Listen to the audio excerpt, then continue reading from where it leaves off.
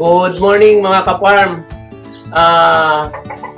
Ngayong araw na to, mag-update tayo tungkol sa Palbans Farm. Kaya matagal na tayong hindi naka-video kasi na-busy ako.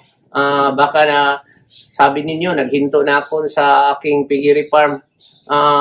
Ngayon, nag-focus ako, nag-breed ako ng mga baboy para makapagawa ako ng makapalabas ako ng bagong lahi sa aking piggery farm. Ipakita ko sa inyo mamaya doon sa aking farm. Medyo man natagalan tayo na hindi nakapag-video kasi nabisi ako. Ngayon, ipakita ko sa inyo ang aking mga breed. Yung makita ninyo yung mga biik na kinukuha ko, yung 16 at saka 17 ang suso na landrace at saka combination sa large white at saka yung pure landrace. Kasi pag landrace kasi maraming suso, yun ang i-combine natin para makapalabas tayo ng bagong breeding naman ngayon. Hindi muna tayo nag-concentrate ng patining. Ang concentrate natin sa farm ngayon, yung pag-breed ng nagawa tayo, makakuha tayo ng magandang gilt at saka boar para makapalahi tayo ng marami. Ngayon, pasok tayo sa aking farm. Titingnan natin yung mga biik. Kaya bilangin natin ang mga suso para makita ninyo. Dito tayo, pasok tayo sa aking farm.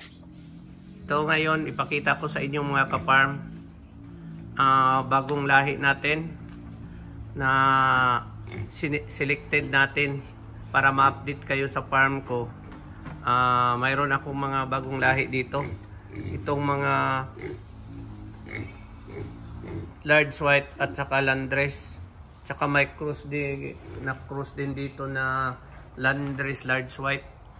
At saka 16, 17 ang mga suso nila. Ito kasi ang magandang gawing inahin. Yung landrace large white F1. Ito F1. Gagawin ko mga inahin. Selected ko ito kasi ang suso nila, ang daming suso. Makita ninyo. Pakita ko sa inyo. Nasa 16 to 17 ang suso. Yan o. Kung titingnan ninyo. At saka matataas. Ito may pure large white doon at saka ito mga landrace at saka cross large white ang iba. Ito minimix ko para maganda ang lahi ang makuha ko. Nasa 16 to 17 ang suso nila. Ito apat ko itong gawing inahin na bago pang breed ko. Tsaka ipakita ko sa inyo yung inahin ngayon na large white at saka landrace na mga boar. May gilt ako doon na bago dito sa farm ko. Matagal tayong hindi nag-video dahil na-busy kasi ako sa ibang gawain ko. Ito ngayon baka mapa-update na ako sa aking farm para makita ninyo kung anong nangyari na sa Palbans Farm.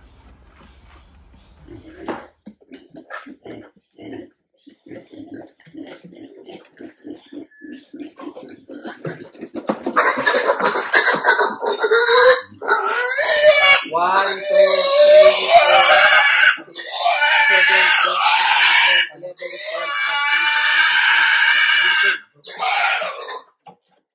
17 yung suso niya, yung gawin nating inahin na napili natin, at saka mayroon pang isa. At dito naman sa kabila, tingnan natin yung isa, 17 din ang suso. Ito naman makita ninyo.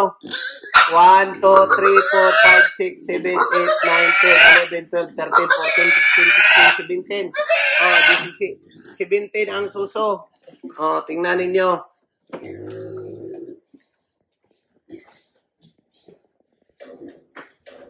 Ito naman ngayon ang bago kong boar. Makita ninyo, ito ay combination na large white at saka Landrace.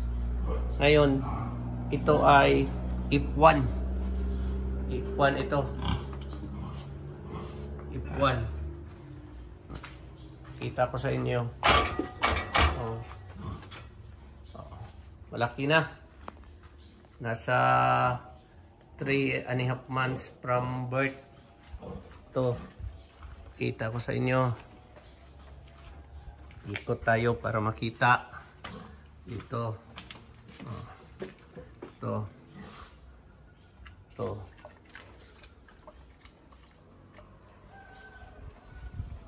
Laki na siya. Yan o.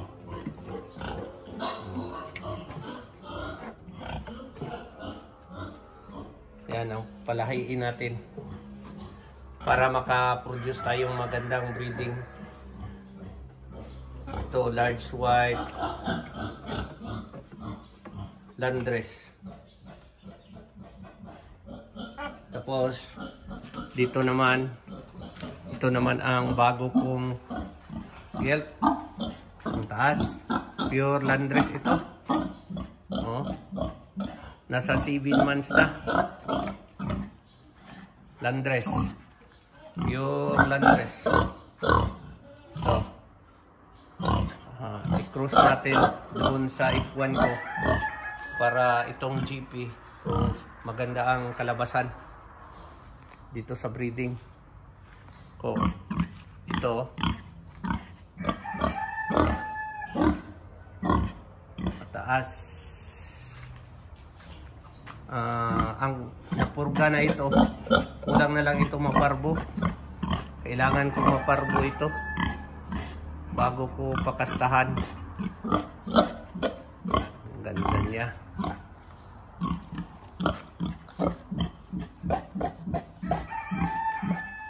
Ito. At dito naman sa kiliran ko, halos naka-trapal lang lahat dahil iwas tayo ng ESF. May mga trapal na para maiwasan natin ang ESF. Yan lang ang prevention natin. Nakani dito, doon halos nakatrapal sa kabila. Magparami naman tayo ng breeding para mapuno naman itong kulungan natin dito sa farm. Update lang ito. Baka sa susunod, update naman din ako kung ano nangyari. Baka sabi ninyo hindi na ako wala na akong baboy dito sa farm. Mayroon pa akong mga baboy dito. Marami pinalahi ko. Hindi muna ako magbinta ng mga marami kasi pinarami ko pa. Karamihan na inalagaan ko dito yung mga gawing gilt. Kaya magpuproduce ako. Ito. Nasa 7 months ito. Nasa more or less 140 to 150 kilos. 7 months. Ang laki na.